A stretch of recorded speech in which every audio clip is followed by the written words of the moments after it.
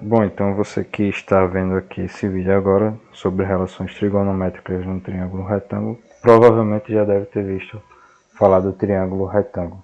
Então no triângulo retângulo nós temos a hipotenusa, que é sempre o lado oposto ao ângulo de 90 graus. E aí quando você acha a hipotenusa, provavelmente os outros dois lados do triângulo ou de qualquer triângulo nós chamamos de cateto, tá? Quem são os catetos? São os lados que formam justamente o ângulo de 90 graus. Tá?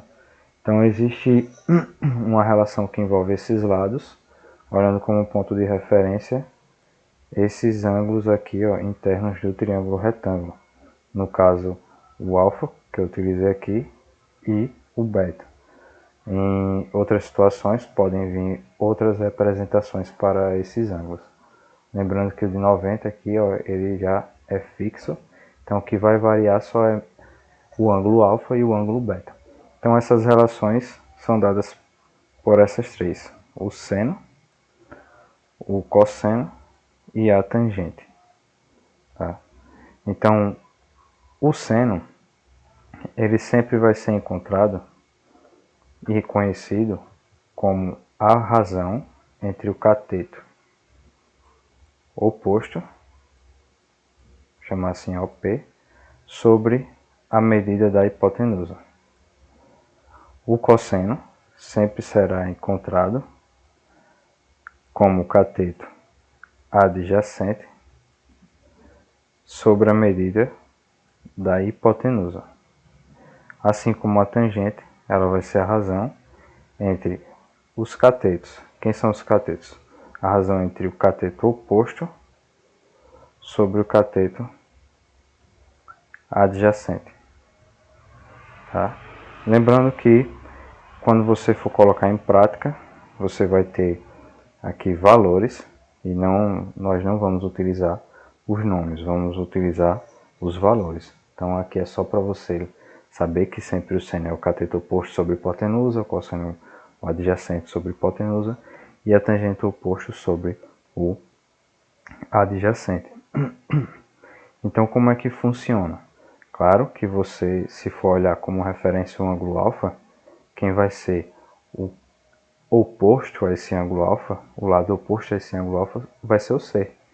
Mas se você olhar aqui para o beta, o lado oposto ao beta vai ser quem? O B. Então você sempre vai ter que usar como referência, como eu falei anteriormente, os ângulos. Então, digamos que você queira calcular aqui e achar quem é o seno do alfa. Então, o seno do alfa, você vai olhar agora como referência o ângulo alfa. O seno é o cateto oposto sobre hipotenusa. Então, cateto oposto é justamente o lado C. Sobre a hipotenusa, que é quem? A.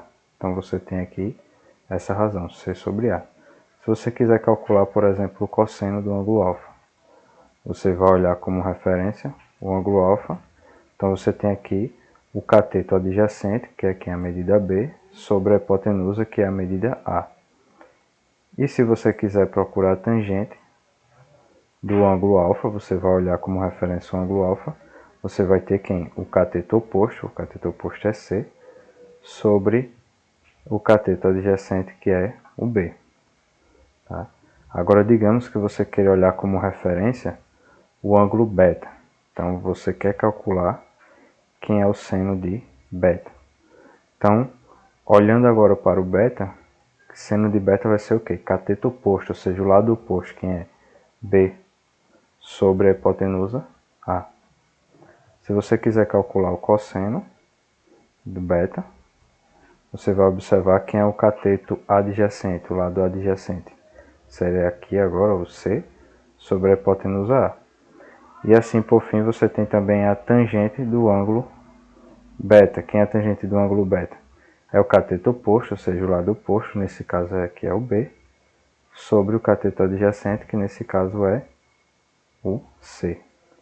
E assim, por fim, você tem aqui, ó, como relacionar e observar o seguinte: sempre o seno de um ângulo será igual ao cosseno do outro.